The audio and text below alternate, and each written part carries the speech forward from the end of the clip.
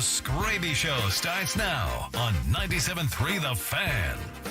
Hello and welcome into the Skraby Show, everybody. It's October 4th, 2024. It's been quite a long time since I have done a Skraby Show, but this is just a nice little, tune-up for when the Padres win the World Series, and we're doing these Skraby Shows all the time here in the off-season, so thank you for being with me. We're going to talk about Joe Musgrove. We're going to talk about this series up in L.A. We're going to talk about all of that. I have Joe Musgrove audio to play, so if you're just getting in your car now, which I do know that some people are getting off work right now. They may have not heard the news, but the unfortunate news of Joe Musgrove having to undergo Tommy John surgery. He left the game the other night on Wednesday night, and we didn't know what was wrong, but he got some more imaging done, as they say, and it did reveal that he had a tear in his UCL, and he's going to have that repaired. So that is a bummer.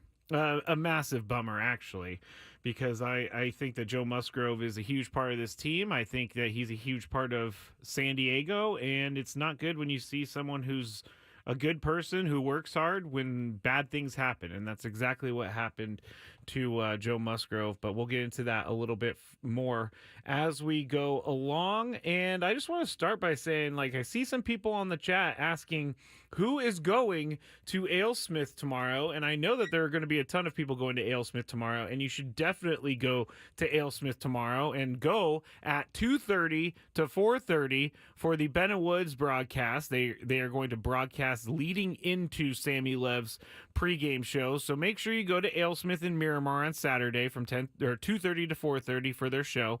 But then you can stay and you can watch all of the action at the AleSmith Tasting Room in Miramar with game day specials, and also you will get to enjoy it with other fans, and the game will have sound.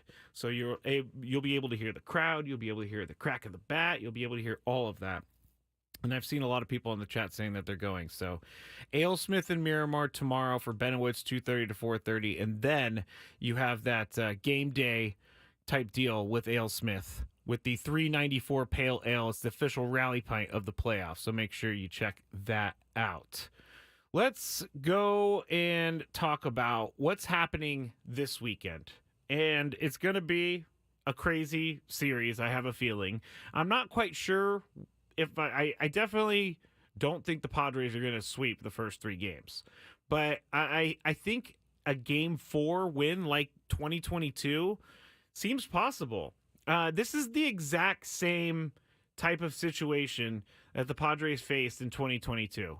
They had won their wild card series, and now they were headed to L.A. to play the mighty Dodgers. No one gave them a chance. Now, that's different here, is that a lot of people are giving the Padres a chance. But in 2022, no one gave them a chance whatsoever. They go out, they lose game one. Things looked a little bleak there for the Padres. I think we all kind of felt, here it goes again. The Dodgers are just going to take over and they're going to win. But as the series went along, game two, Padres take it in L.A. So they just have to come home and win two more.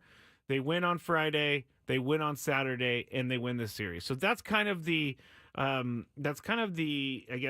recipe for success is you have to take either game one or game two in LA so that you have the opportunity to come home, have your home field advantage, and not have to go back up to LA for game five, because we know the Padres have one of the best home field advantages in all of baseball, and it's a tough place to play. The Dodgers have not been good at Petco Park this year. They have not been good playing the Padres this year, but the playoffs change everything, and if you are able to take one of those first two games, I like the Padres' chances to win the series a lot, because say it's 1-1 heading here. Padres win the game three. They're up 2-1. Pressure is squarely on the Dodgers. Now, it could go the other way, too. We never know. But I just don't feel like it's a place that any team can just come in and play, especially in the postseason. Petco Park has been one of the main focal points for people around the country to talk about. I've seen it in national news many times with people really talking about the home field advantage that the Padres have. And that's a credit to all of you. And it's a credit to all of you who have stuck by this team through all those years, and now you're getting paid off for it. So good job to all those Padres fans, and good job to the Padres fans that were there already this week. We already saw how much the crowd can take control when the Padres are at home. So looking forward to seeing all of that. And another thing I was thinking about driving down today is we've talked about this list a couple times now, which is the top 5 people that are going to face the most pressure in the postseason. And AJ Preller was number 3, Bryce Harper was number 2, Aaron Boone was number 1, Dave Roberts, I believe, was number 4, and I can't remember the number 5. I believe it was the Orioles GM, which they didn't win a game, so the Orioles GM is still kind of on the hot seat there, I guess. And I guess he's not, because he just said the manager's coming back, so that means he's coming back too. But there is pressure on the Orioles to do something next year, because they've been to 2 postseasons in a row, and they're 0-5 in those 2 postseasons in a row. But one person who was not on that list that I think is facing a lot of pressure that we're not talking about is Shohei Ohtani. I feel like he's facing a ton of pressure, because if the Dodgers are going to spend all of that money on Shohei Ohtani, they are expecting playoff wins. Regular season records are great. Regular season, what Shohei Ohtani did during the regular season this year, awesome. But it doesn't matter when you get to the playoffs. The Dodgers themselves are facing a lot of pressure, because they're the team that comes into the playoffs every year and can't get, to the next round. At least in the last 2 years, they were beaten by the Padres. They were beaten by the Diamondbacks last year.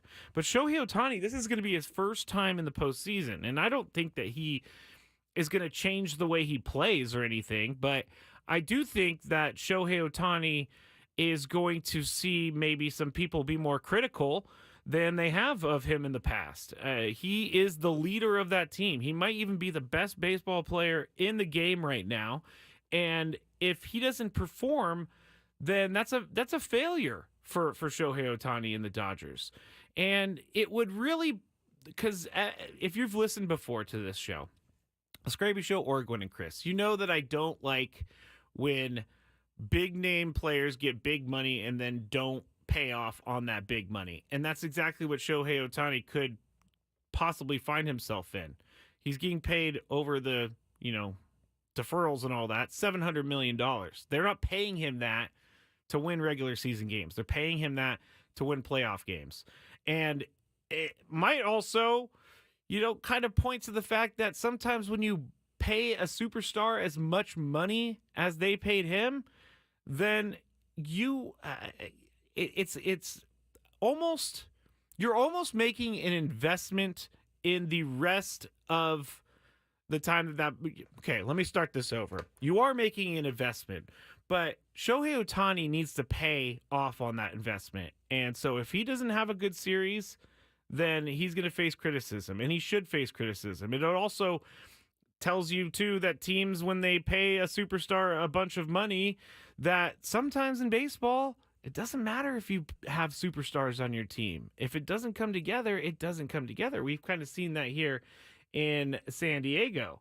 Ohtani is a great player, but he's only one player, and he's not pitching.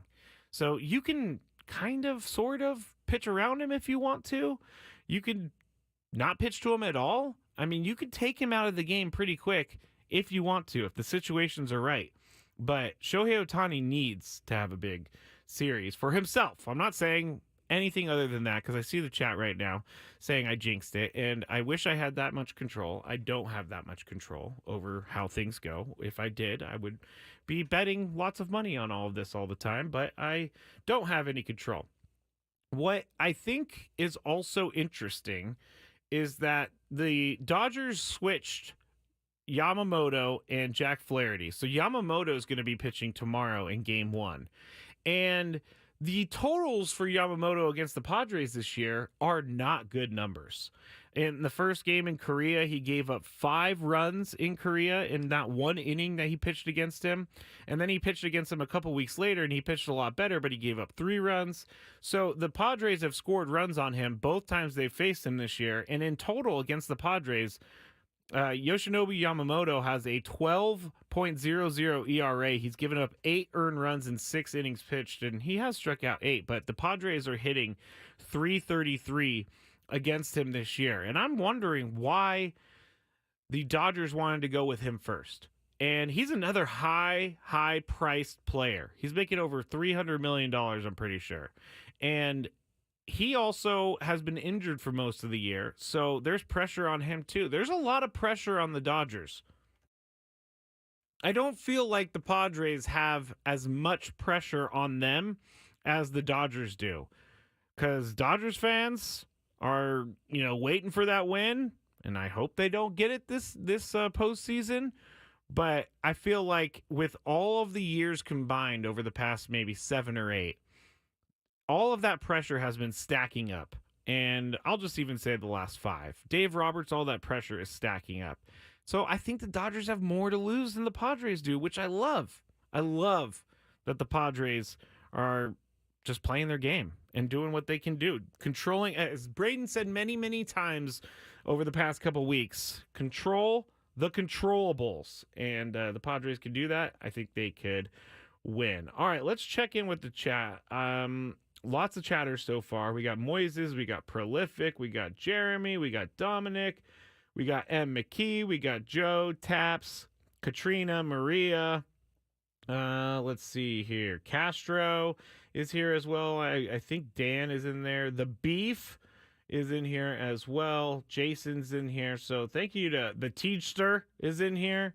Jeffrey is in here. Rod is in here. So I got all the great people out there in the chat right now. So if you want to watch the show, you can just go to YouTube, search 97.3 The Fan. You'll be able to watch the show there, or you can listen on the Odyssey app. I am here by myself right now, as everybody knows. So I'm trying to set this up because I saw something that after the announcement that Joe Musgrove was going to be out, I saw a lot of people, he's not going to be out. He's going to be missing the postseason and most likely all of next season with Tommy John surgery. But I want everybody to kind of see. So if you haven't seen this, or if you're driving, go onto the 97.3 The Fan Facebook, or go onto the 97.3 The Fan SD.com page, or you could even come back to the YouTube and you can see this video. But I want everybody to hear in Joe's voice. I want everybody to hear it if you can't watch it, and if you're watching, I want everybody to see what Joe looks like while he's being asked and delivering this news. Was there a particular pitch the other night where you felt it and something go? Yeah, I mean, there was a certain pitch in the third inning that didn't feel good, and it just felt kind of like a nervy, ache that I've had before. Didn't think much about it, and then in the fourth inning, the punch out to Albies kind of really lit me up, and I think every pitch after that was, I felt like I was hanging on by a thread. So I just glad Higgy came out and got me when he did. I don't know how much worse the damage could have been, but I clearly didn't have anything left. So grateful for Higgy coming out and getting me. And you could see Joe a few times during this trying to fight back tears, really, because this is a very serious thing for Joe. And I feel for him. He doesn't want to be the guy who takes a big contract and gets hurt. He wants to be the guy who takes a big contract and pays off on that contract and brings a World Series to San Diego. So that was just one of the clips. Here's the one I think that really caught my attention. What are your immediate thoughts knowing what's ahead? Yeah, I mean, I'm devastated about, not being able to finish what we started. But, I'm not all that concerned about the work or the rehab and, the time off. I know how to work hard. It's just a matter of, coming to grips with that. This is it for me. Did it tell you how significant the tear was? Like, was it a full tear and give you a time? I mean, it's pretty good. Yeah, enough to where I feel like I can't throw a ball. So. Did you know right away when you came off the mound that it was probably that bad? Or? Yeah, I mean, I've been dealing with it for a while, and everyone's got some kind of tears and some damage in the UCL. I was told back in the middle months of the summer that, that there was some damage there and that it was kind of a matter of time. And, this seemed like something that I could manage physically. I felt like I was capable of throwing still. I didn't feel like anything, as extreme as, a UCL injury. But over the last few weeks, it was getting, a little more intense. And then obviously in that last game, it was a pretty drastic jump from like the third to the fourth inning. I felt decent in the first couple innings, and velo stuff was still there. I think I remember after the third coming in and feeling like significantly tighter and put some heat on it, tried to go back out, and then, that entire fourth inning was a struggle. I was just trying to get it over the plate and get out of the inning and, reevaluate from there. But yeah, I think I was pretty clear. I didn't, necessarily know it was a UCL injury, but it was something that I hadn't felt before, and to the point where obviously I don't think that's the first time in my career I've had to walk off the mound. So yeah, it was pretty intense for me. So there you go. And you could hear it in his voice. You could see in the video how disappointed he is. But I'm going to praise Joe Musgrove here, because I think in this day and age, it's really easy for players to just kind of hide from the media. And I think it's really easy for players to not give their thoughts on things, because then once they do that, people are going to either crush them or praise them or whatever. But mostly it's just for a joke on Twitter. This is the major difference to me about a guy who wants to play baseball and a guy who is only pitching for themselves or only playing for themselves. And when Joe Musgrove talks about going out there hanging on by a thread, that has my full respect, because he is not even messing with his future, but he's messing with his entire career by trying to pitch through that. Now, is it the smartest thing in the world? I don't know. I'm not a doctor, nor have I ever been a pitcher. So I'm not going to criticize him for that. But I am going to say that I think it's a big deal that Joe Musgrove went out there in the playoffs and tried his hardest to get a win for his team, and it ended up costing him his elbow, basically. And he's probably going to miss all of 2025 now. And people may say, oh, well, he's got more time for Saquon. And you can make those jokes. I'm not going to make those jokes whatsoever, because Joe Musgrove's a stand-up dude, and he's a San Diegan, and I am going to be a friend to him and not a foe. Thank you for everybody who is, kind of sitting or staring at my soapbox right now is what I was trying to say. All right, I went a little bit longer than I really wanted to, because this is the first Skraby show that I've done in a while, so I'm not used to the timing. Again, we'll get back to it, but when we get back, I want to tell you about a guy I would not bring back to the Padres. And it has something to do with Joe Musgrove a little bit. But I've seen chatter of this, and I am not a fan, and I'll tell you on the other side. The Skraby Show will be back shortly on 97.3 The Fan. It's no tricks, all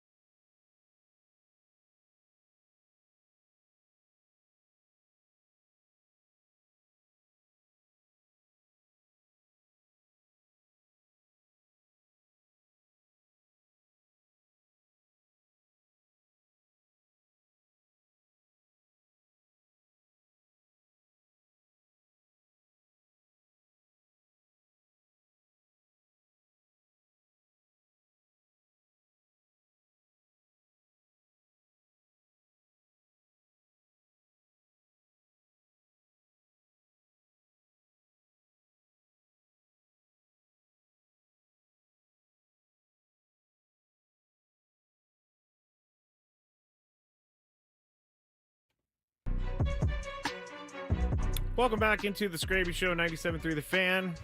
Thank you for joining me. It's Friday.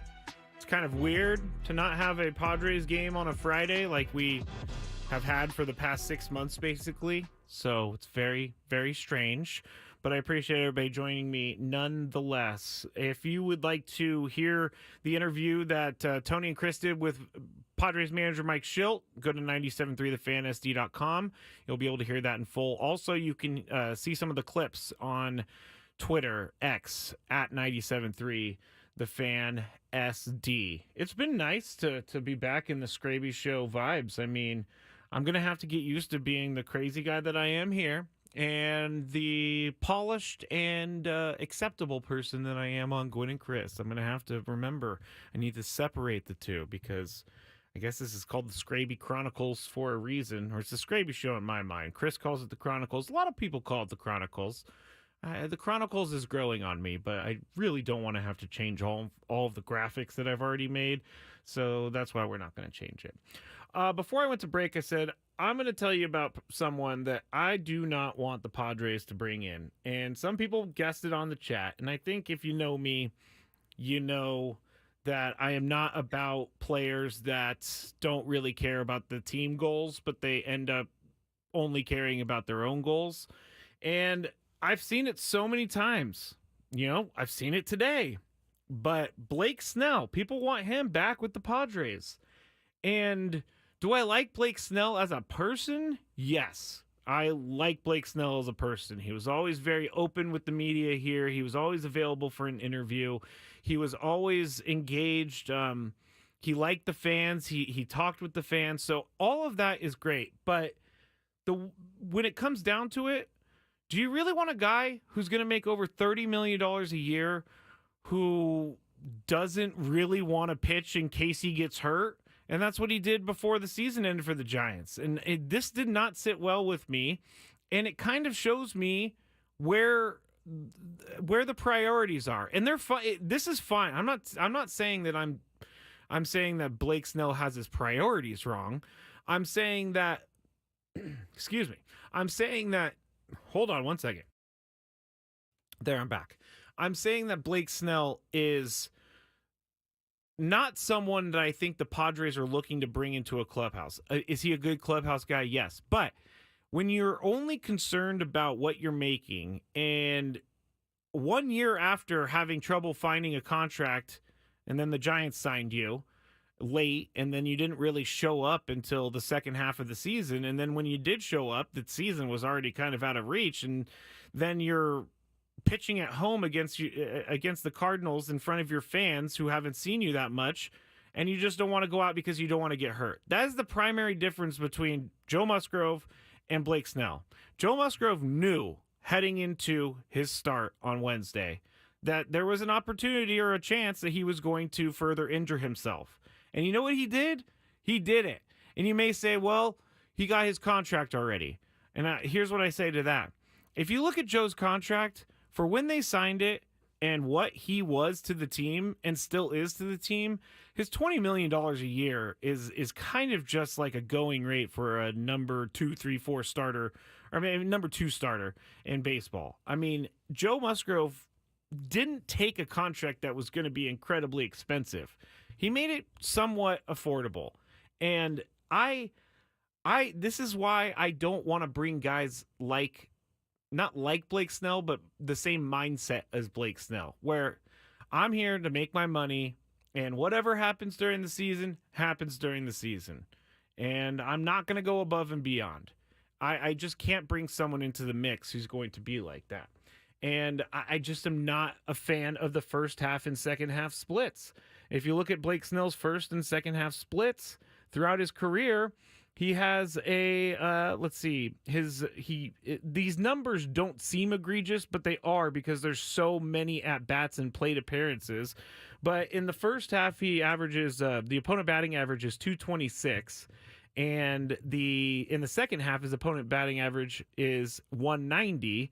Plus, he has given up way less home runs in the first half versus the second half. He's given up 63 first half home runs. He's given up 35 second half home runs. He's also walked a ton in the first half, 270 versus 207 in the second half. And he has about 300 plate appearances difference between the first half and the second half, but only 12 games difference. He's pitched 106 first half games and 94 second half games. But if I'm going to sign someone for over $30 million a year, like Blake Snell wants, I need you to be locked in from game one, and I need you to make most of your starts. Because we're not paying you to... what's the word I was looking for? I can't say the word I was actually looking for. We're not paying you to find your way in the first half to be good in the second half. And I know in San Diego, where he won a Cy Young, Blake Snell, 2 seasons ago, or last season, really, I know this is sacrilegious, but I can't have someone like that on my team. I really don't know. I really don't know why you would bring someone in like that. And I understand why fans want him back. The money part is the big issue for me. The money. If they're going to pay him $10 million a year to figure out the second half, that's fine. $10 million, all good. But over $30 million a year, you're being paid as one of the top pitchers in baseball. I need you good from the get-go. And so there you go. That's my probably unpopular opinion on Blake Snell and what the Padres should do going forward with him. I don't think he's going to come back to the Padres. I don't think the Padres can afford to pay a pitcher like that, especially when they have Joe Musgrove, who's going to be on the IL next year, and he's going to be making his money. I think that there's money better spent. And JT Snow said this when we talked about it the other day. JT Snow was on, a former Giant, was on the radio in San Francisco, and he said he didn't want to bring back Blake Snell because he would want to spend that money elsewhere, like some middle relief arms or, back end bullpen arms. And that's what I think the Padres want to do, and that's what I think the Padres should do. They have proven this year that that AJ Preller can make the pieces work. He can find pieces that are brought in for one reason or another, and it's a complete team effort. And so if you could take some of that money that you were possibly going to spend in free agency on Blake Snell, you could put it back into other players. And I'd rather have more players than one player.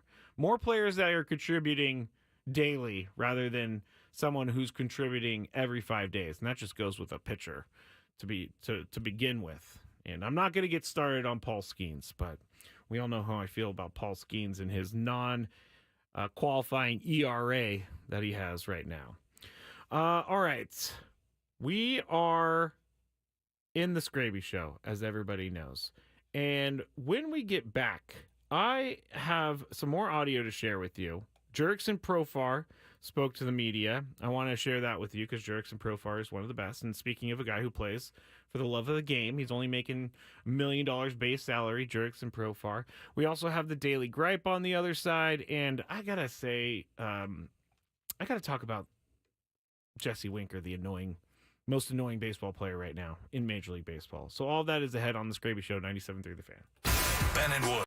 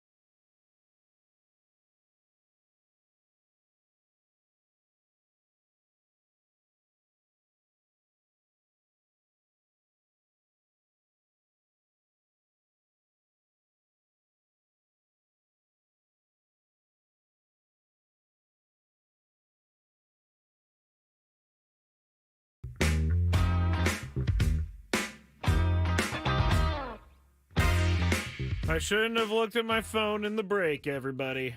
Well, this is just great, everybody. I shouldn't have looked at my phone because I am getting crushed for my Blake Snell opinion.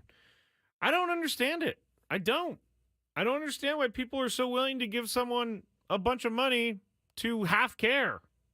I don't know. I mean, it's just, and I know someone on the chat said you're being too hard on him for not starting last Saturday. And I will relent and I will say, yes, I am being too hard on him because I understand where he's coming from. There's a lot on the line for him and for his arm and for his livelihood, but I still want players that want to be there rather than be there for the paycheck. All of them are eventually there for the paycheck. I know this. But some of them really go above and beyond and play really hard, even if they're not getting paid that much. And that's kind of how I view it. It's definitely how I view it. And if Blake Snell gets hurt in that game, then he's in trouble. He's got a lot to deal with in recovery, and then he's got his future contracts and all of that. He also said he would like to re-sign with the Giants. My argument for that is, well, if you want to re-sign with the Giants, why don't you just do it? No, you want to take the most money wherever you can get it. And yes, that is how this world works. But someone asked me in a text message in the break, would you go and pitch if you had that much money on the line? And I can't answer that question because I've never, ever, ever been staring at a $30+ million payday. It's just not something that has ever been offered for me. But I will say that I have been a team player in certain things. Like, I mean, I don't think it's a secret that people on the radio, people in radio, I'm not just even talking about this city, I'm talking about radio all over the place. People in radio don't make a lot of money, and a lot of people do it because they love their job. And that's why I'm here. I mean, I've been doing this, I've been with this station for like 7 years now. And although I'm doing a lot better than when I started, there's still things that I want to do in my life. And I could have made the choice to leave here and go somewhere else and make more money, but I would much rather be here and doing something that I really, really enjoy and love and want to do. So there, I'm soapboxing all over the place. This must be a Skraby show on a Friday because I am just telling everybody what they should be feeling right now. Let's see. Dominic says, in my experience, making decisions based purely on money tend to not always work out. I agree with that. Jeffrey says, missing one game isn't half caring. Jeffrey, you must have missed the other stuff. He doesn't pitch really. I mean, this year he didn't pitch until he was ready, which was deep into the season. And then he was injured for another part of the season. Let me go see how many starts he ended up making last year. That might help me a little bit. Let's see. I'm going to go to the Blake Snell stat page that I'm on right now just to confirm how many starts he made. He made 20 starts. That's not a lot. Guys make 32 starts, I know that. But he went an inning on September 5th. He only gave up a run, and he was out of the game. It just doesn't sit well with me. It doesn't. And it's not just because of that one. It's not because of that one game that he didn't pitch. It's not. I promise you that. Jurickson Profar. He is someone we need to talk about because Jurickson Profar is the type of player that I am talking about right now. A guy who plays for the love of the game. I know that I live in the past with some of these for the love of the game stuff, but I really appreciate it. And I know that most people appreciate when players play for the love of the game. Jurickson Profar is one of those guys, and he was asked for the differences in the different playoff teams that he's been on with the Padres over the years. I think this time we a little more prepared, and a lot of players on our team has been through this division series numerous of time already, and I think we are more than prepared this time. As far as facing the Dodgers, there was a time like when you first got here, it was like, oh, the Dodgers, and it was, how do we do against them? And doesn't seem to be the case anymore. I just wonder how much you guys have changed in that way. Like I said, we are more prepared and more successful too. We've been winning a lot of games against the Dodgers already, and we're prepared. So Jurickson Profar, I mean, he's been here through all of that, and he's been here facing the Dodgers year after year. He was here when the Dodgers completely owned the Padres, and now that it's kind of flipped a little bit. But this, to me, is just the natural progression of a team, and of a team who's not, I guess, used to playoffs. When you have someone like, I'm trying to think of like football. When you have a team that makes the playoffs for the first time and then they have a great season and then they exit early, that next year they usually do a little bit better. And I think this is what the Padres are. The Padres are a team that has learned over the years, back in 2020 when they went to the playoffs, back in 2022 when they went to the playoffs, and now they've grown each level. And I feel like they're more prepared than ever, and that's what Jurickson Profar said. I feel like they're more prepared than ever in a different way, which is just knowing what you're getting into, being comfortable with being there, and really being able to lock in and focus on what the mission is at hand, and that's to take 2 games from the Dodgers at Dodger Stadium, or at least 1 game in Dodger Stadium. And each time the Padres do this, I think they're going to get closer and closer. And when he says that they're prepared for anything, he's right. How many times this year have we seen the Padres go down in a game and then come back? How many times they've done it all this year? We all know the stat by now. They had a no-hitter, a triple play, 2 sets of back-to-back-to-back home runs, a comeback from down 8 or more runs. Only team in history that has done that. So they really have the odds. The odds of all of that happening are so slim that I feel like this team is not a team of destiny, but they got that it factor that we haven't seen in a Padres team before. I really think the it factor is huge in this regard, and they're confident and they're ready to win. And they have Dylan Cease on the mound for game 1. And Dylan Cease, he is someone we've seen be very, very, very good, and I don't think we're going to get anybody else other than very, very, very good Dylan Cease. He is someone I feel very comfortable with on the mound for the Padres, and I think that along with the bullpen, the Padres have the upper hand here. They just need to get out, as they always do. Their recipe for success is to get out to an early lead, 2-3 runs, and then get your bullpen in there and close it down. Make it a 6-inning game, as everybody says. A 6-inning game. Let's see. Lisa says Joe could have gotten surgery earlier, and we love him for coming back until he couldn't. That's going to be a question that's asked. Why didn't Joe get the surgery? Did the team push him? No, I'm sure the team did not push him, because Joe ultimately is in control of his health and what's going on with himself. But I think that Joe Musgrove is just sad in a couple ways. I know we already talked about Joe Musgrove, but I saw on the chat that someone was saying they feel really bad for Joe. I feel really bad for Joe too, and the reason that it's sad is, Mike Schilt was on the show earlier. Let me get this clip pulled up because it's going to make perfect sense right now. But Mike Schilt was on the show earlier with Gwen and Chris, and he was asked about losing Joe and kind of how he took the news and what Mike Schilt was thinking. Here's what he told Tony and Chris. Clearly hard news, hard news for him, most importantly. Clearly a guy that we all admire greatly, and Joe Musgrove is everything that's good about sports and everything that's good about humanity.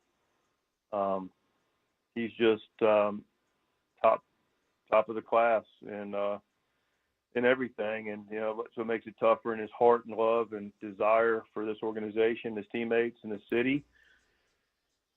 To win that first World Series is, that's what's really hurting him. And but now we have another reason, beyond the history of the city and Peter Seidler, but also we owe this to Joe.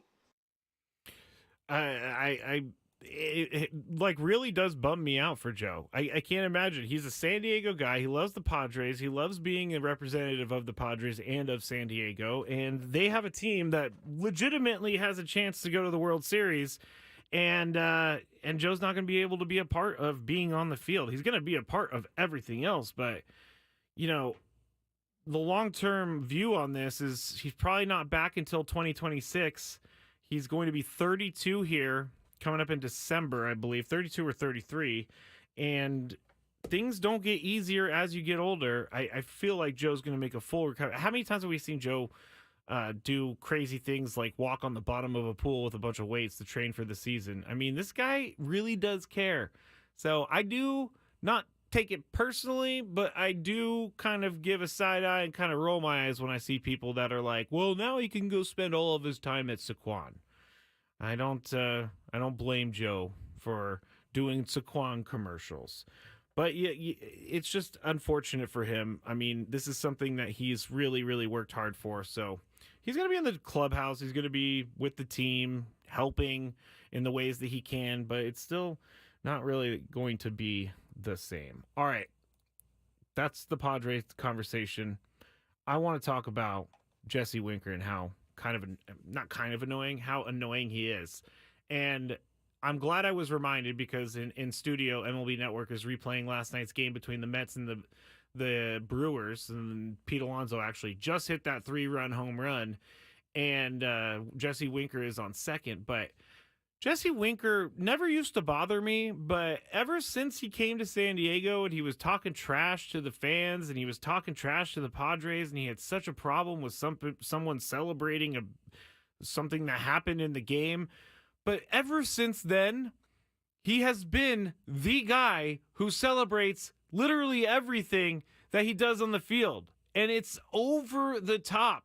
And so in the Big Five, I asked, hey, is he the most annoying player in baseball right now? And to me, he is, because there's nothing more annoying to me than someone who does something or says that they don't want you to do something, but then they do it themselves, which is Jesse Winker. As I'm watching right now, he slides over home plate, stands up, throws his helmet on the ground in front of the Brewers. I'm not sure why the Brewers didn't take more offense to this, but I can't believe he didn't get ejected. And I'm watching this slide again. The guy, he literally acts like they just won the World Series. Now, it was a big win, obviously. The throw wasn't even close. He throws his helmet down. He breaks his helmet.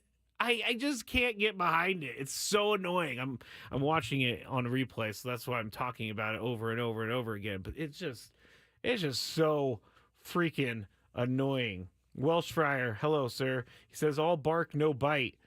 Yeah, it seems like that a little bit.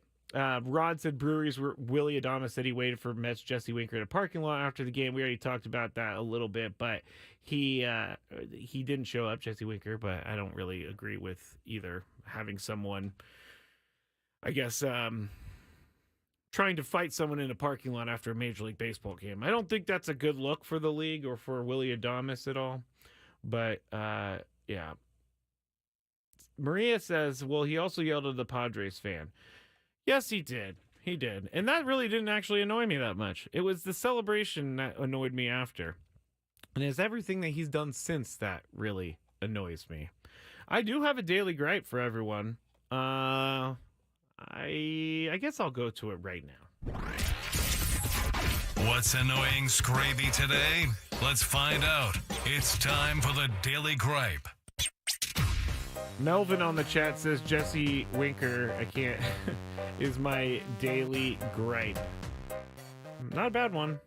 Not a bad one. I mean, I have been thinking about gripes the entire time I've been off from the Skraby show. And so I'm going to have to start writing down my gripes as we go along, because the gripes are going to be here before we know it. But my gripe is something I tweeted 2 weeks ago. I think it was 2 weeks ago. I have two gripes. All right, I'm going to have two gripes. Has to do with the Padres games. Nothing to do with the Padres. Has to do with leaving the Padres games. And one of my gripes is when people are walking in a group, everybody's trying to leave the stadium, but someone has to stop and talk on their phone or take a picture, and then it just stops the entire crew behind them, and then it causes a traffic jam trying to get out of the ballpark. And I'm not a fan of people who aren't aware of their surroundings. I'm very aware of my surroundings. I don't like people being near me. I don't like people in my bubble. So I'm aware of people and when they're around me. But when you just stop in the middle of the walkway and you're holding everyone up, that really, really, really, really, really bothers me. It really does. The other one is going to be when I was leaving the game on Tuesday night. And you know how they have some of those people that are traffic, they're directing traffic. And so they tell people to stop, they tell people to go. And for the most part, they keep things moving. But this time, it's not on them, it's on the people. So when a traffic person says, hey, I need you to stop and not walk across the street, that usually means you should stop and not walk across the street. I saw many people just ignoring this traffic person, and I don't understand it. I don't get why people just do whatever they want. We live in a society, people. We live in a society that has rules. If someone tells you to stop, just stop walking. It's not that hard. I don't get it. I know I sound like I'm 100 years old, but that's who I am, everybody. That's who I am, everybody.